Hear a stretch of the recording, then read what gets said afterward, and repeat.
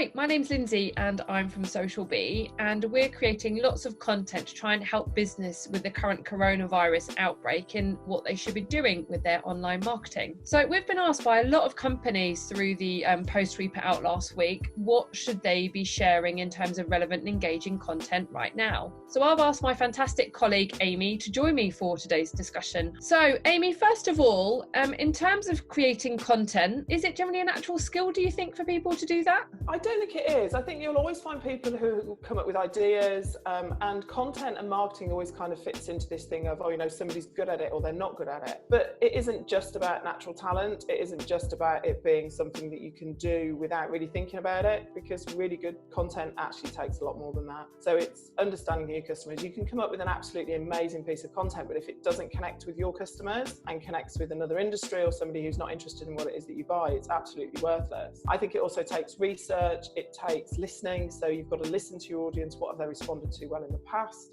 What haven't they responded to well? What's going on now as well, particularly obviously with the current situation we find ourselves in, is you can't ignore it, but you need to be very sensitive to how your audience are reacting to it, so you can react in a similar way. And if you just plough ahead with your scheduled content, with what you've already got going out there, and you know your audience would normally want to listen to, that's just not going to work for you. So to be really good at creating content, you have to be reactive, you have to be researched, you have to know who your customers are, you have to know what your audience are looking for. Being able to come up with ideas is obviously a bonus, but if you know those things about your audience, you're more likely to do that anyway. So lots of tips there, and we're always big advocates of wearing the customer's shoes, which I think big brands really struggle with because they're so far away from their customers, where smaller brands, it's easier sometimes for them to listen to their customers because they're generally talking to them on a daily, weekly basis, aren't they, and engaging with them on social media. So the big question that people are asking and not really sure where to go is, should they talk about the C word? Should they talk about coronavirus with their marketing?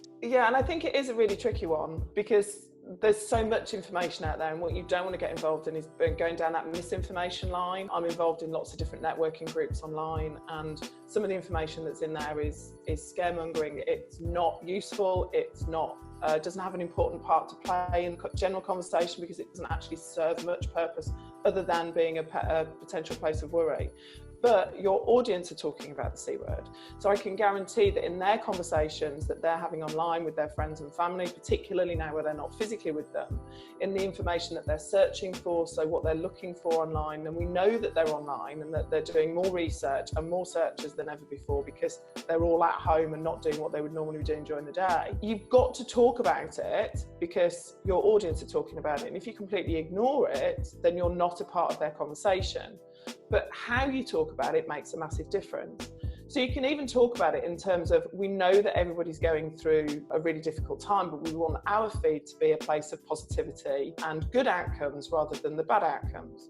But you're still talking about it and you're still referencing it. And if you've got a large audience of parents, for example, then you've got a huge number of people who have suddenly found that their day-to-day routine has changed massively. So you should be talking about the fact that they're probably homeschooling, probably finding it quite difficult. I know I am with my children. So they should be talking about those things, and you should be sharing content that's going to help them. Even if it isn't talking about what it is that you sell or what you provide, you still need to be a part of that conversation. You don't have to talk about the stats. You don't have to talk about the number of people who are ill. You don't have to talk about all of those things. If you want to share well wishes for Boris Johnson, then go ahead and do it. Yeah, because that's what a lot of people are doing and you're part of that conversation. But you can't ignore it. But I also wouldn't, unless that's what you do, unless you're a medical research company where you do probably need to be talking about it a lot and a lot more and in a certain way, then I wouldn't concentrate your content in that area. I know a lot of marketing teams have been furloughed at the moment, so some businesses just stop their marketing altogether, but it's going to be such an upward cycle for them to then get back onto that marketing roller coaster when things do come back, because people will remember your brand and the empathy that you show with that brand, I think, during this difficult time, won't they? Yeah, definitely. And I think it's the sad fact is of the world that we kind of work in and the world that we're in, is that marketing is very often one of the first things that goes. So when there's costs to be cut or when things are particularly tight, marketing is seen as being an extra rather than really vital. But actually, and I think particularly given the current climate that we're in terms of business and in terms of where we are with the digital marketing, digital marketing, I think now is actually one of the areas that you should be investing in. I'm not just saying that because obviously I work with Social B, but I'm saying that because this is where our audience are. We know that they're online. We know that there are peaks in searches on Pinterest, Google. We know that all of these things are happening. And, you know, we know that people are looking for other things to keep them occupied than they maybe would normally. So there's actually really great opportunities for you to be a part of that conversation, because when this ends, and it will end at some point, we don't know when, we don't have a crystal ball, so we can't see how many weeks that's going to be, but when it does end, people are going to want to do something else. They're going to want to do all of those things before. And I know the things that I'm going to do are the places that I've looked at and I've seen, and I've created my list, and those things, all those things that I want to do when I'm out of here, they're the companies that I'm going to go to. I'm not going to go to the companies who appear to have dropped off a cliff, who aren't part of my conversation. They're not in my feeds. They're not coming up in any of my searches or in any of the conversations that I'm having. Am I going to go to them, or am I going to go to the ones who've added value, maybe a little bit of entertainment, who've contacted me, you know, with an email to let me know that they're still there and that they can't wait to be back in business with me? Those are the companies that I'm going to go to, because they're the ones I'm going to remember. So whilst marketing traditionally becomes the first thing that should go, in actual fact, I think it should be the reverse. This is where digital marketing is absolutely definite. And I think if you look at some of the people who are still doing it really well, they're using digital marketing to be able to do that. Internet traffic's up at least 50%, and surprise, surprise, you know, we're all stuck at home. Where do we turn to? We turn to technology, which obviously it's funny really, isn't it? Because people are normally like, when you're at home, stay off technology, engage with your family. Well, now your family, if you don't live with them, then they are remote. So you turn into technology and social media to engage with them, and also, you know, occupy ourselves, whether it's, you know, educating our children from home, you know, watching, you know, playing apps, or how to do something, you know, even if your dishwasher breaks, you can't go and get someone to fix it at the moment. So you're having to learn all these things, and we're turning to the internet, which I think is why one aspect of the traffic's up. And I was also speaking to Mariam, Lady Venom. She's a lady who I interviewed yesterday. She's a travel influencer, and we were chatting about, and the video is going to be released very soon, like how brands can engage with influencers. And she's saying her social media engagement traffic is up 25%. So her engagement's up 25%, bearing in mind she works in the travel sector, which no one can go on holiday at the moment, but we're all pining, if we love holidays, to go on holiday right now. So we're still researching it, aren't we, and looking at where we can go and what can we do, and like you say, planning for the end of this, you know, this awful thing we're going through. What examples do you have, Amy, in terms of brands you think that are doing really well at the moment and how they're using social media? There's a couple that spring to mind. One, I think, is Go Outdoors. I love what they've done with their recent Go Indoors campaign. So they've even gone as far as to change their logo to reflect that Go Indoors thing. And bear in mind that Go Outdoors are a company who are retail. They've closed all their retail outlets. They thrive on activity. They thrive on people going outdoors. They have a massive camping section. Their whole business model is really based around people doing stuff outside. And all of a sudden, they find that they're not. And they have been so reactive, and they've changed their social media so quickly to be able to reflect that change. So now they're saying, go indoors, stay indoors. We want you to stay in. They've got a video at the top of their social media feed that basically says, there are all these beautiful places. Don't go to them. We want you to stay indoors. We want you to look at them, but don't go, don't travel, don't do all of those things. And they've created some really nice content. So they've created some content around an outdoor scavenger hunt. They've asked their customers to create content around go indoors. So what activities are they doing? How are they recreating climbing inside? How are they recreating fun for the kids? You know, how they're keeping the kids fit inside. So they're sharing all of that user-generated content as well, which we know works really, really well for digital marketing because people really enjoy watching it. So everything that they would traditionally be doing, where they would now be talking about getting out in the spring, getting out in the sunshine, doing all of those things, Easter holiday, Easter break, they've completely switched it, and they've done it very quickly, very reactively. And they have a voice, they have a big following. So they have a voice. So they've also taken that kind of thing of we know that this is against our business, but we are taking the moral stand that we want people to stay inside, which is brilliant. Another great example, I think, is in hospitality, which is a company called Yummy Pubs, where they've got 20-ish pubs in the UK. And they've obviously had to close their doors as normal. But what they've done is, because they've got quite a few pubs in rural areas as well, What they've done is they've created those and recreated those as farm shops using the wholesale supply that they have, the chains that they have and the availability. They've given away a lot to vulnerable, so they've been doing deliveries to vulnerable within their community. Their owner Tim has been talking about it a lot on social media and sharing their experience, sharing their journey, sharing how they've had to adapt, how they've had to change. And the hospitality industry is probably arguably one of the most affected next to retail in terms of the income that they've lost, the businesses that they'll potentially lose. Some big names, obviously like Carluccio's, Chiquitos and those kinds of names have gone recently as a direct result of the situation that they now found themselves in. So to have that positivity as part of that feed, I think within hospitality is brilliant. And they're using social media, particularly Twitter, to shout about that and to let people know the services that they're providing, but also to say this doesn't have to be the end.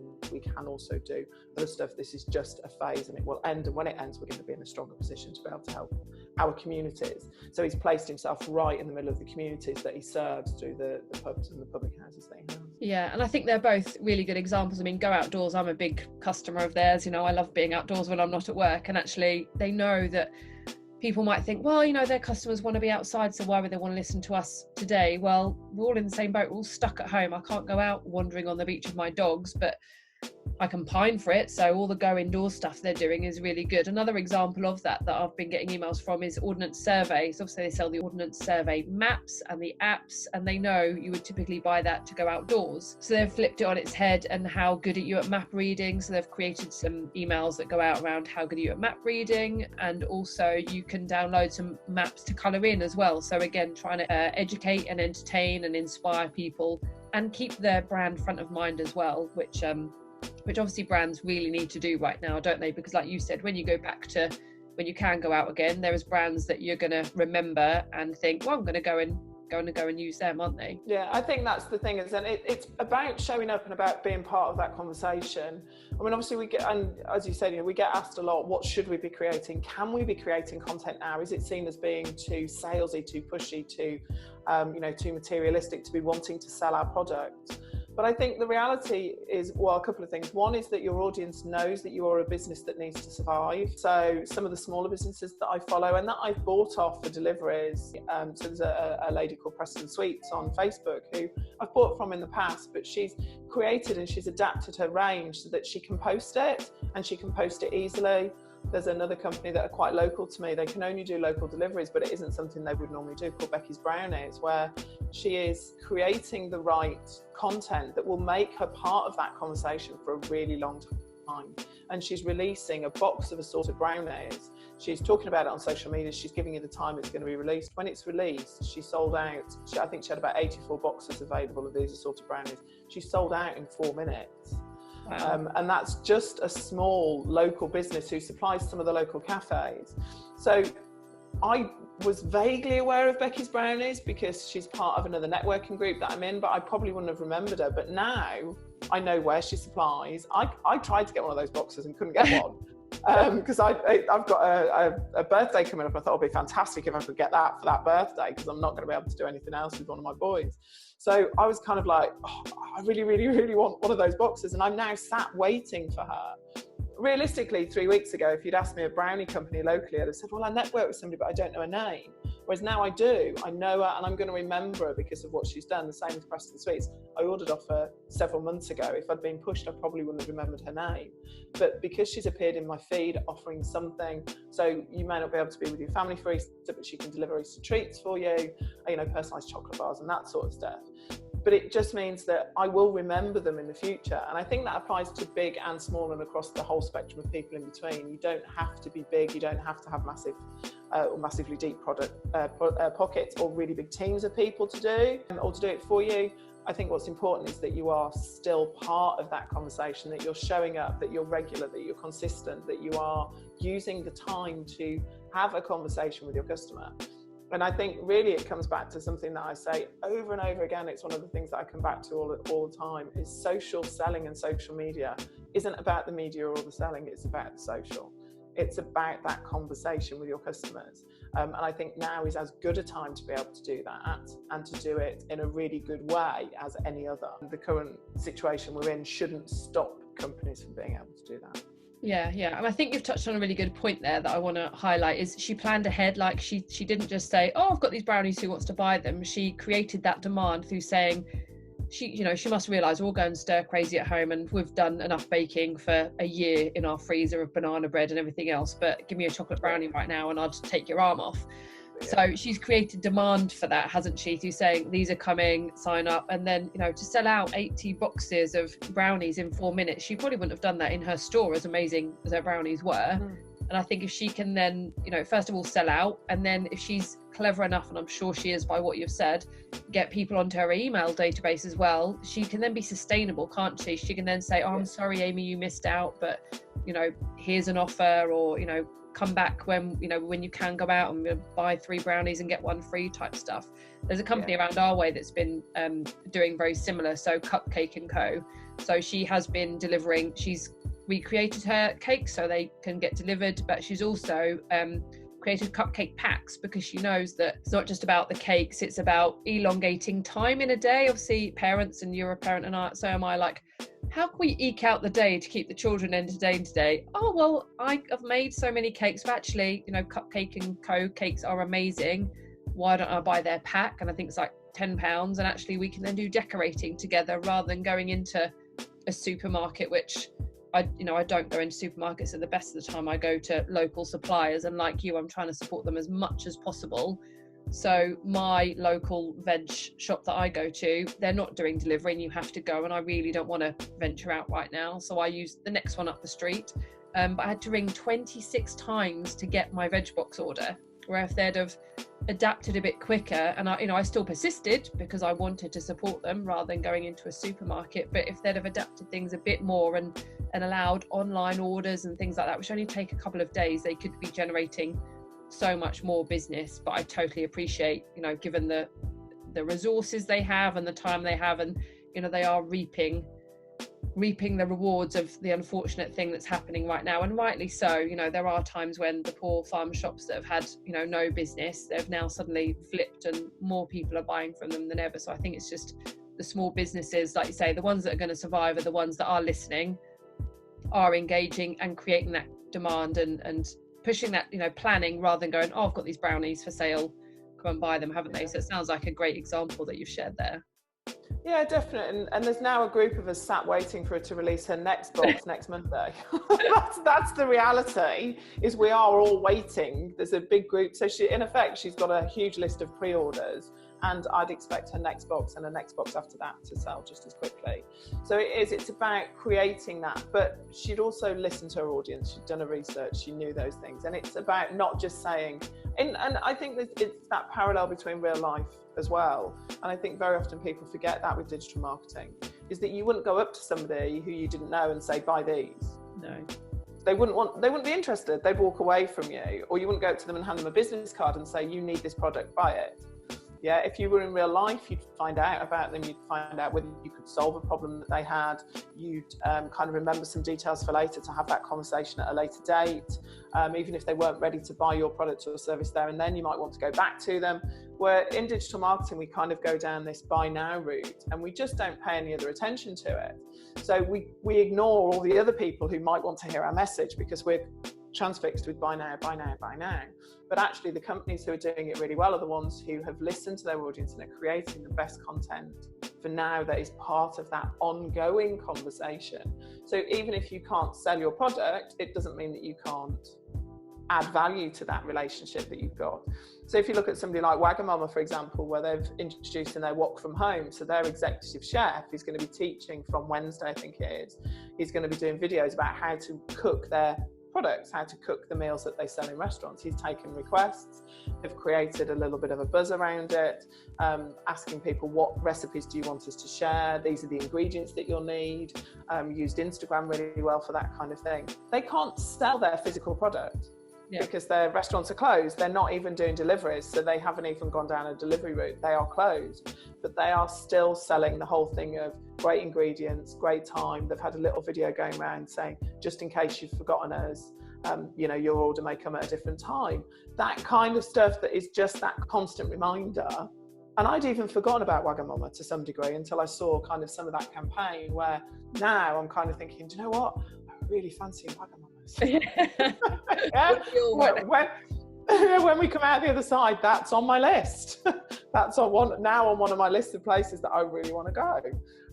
So it's about understanding that conversation, understanding your customers, so that you can be a part of that conversation, and it doesn't feel forced, it doesn't feel unnatural. If it does, you're probably doing it wrong. Yeah, and I think the point you've raised there is a good one as well. Like, it's all, people are too busy, brands especially, too busy trying to do the sell now, where there's the see and the think around Google see, think, do, care, that people totally miss out on. Like, we're not online all the time just to like buy. We're browsing, we're collecting data, we're researching, we're getting into email lists, we're following people on social channels. But like you say, the more of the see and the think you can do, which is the lesser intent but addressable audience, the better, the more likely you're going to remember your brand. And like you say, when we can get out of our houses or the four walls, we are going to likely be craving Wagamamas, chocolate brownies, going to the zoo, going to the beach, going to the local cafe. We've missed so much and going on holiday, aren't we?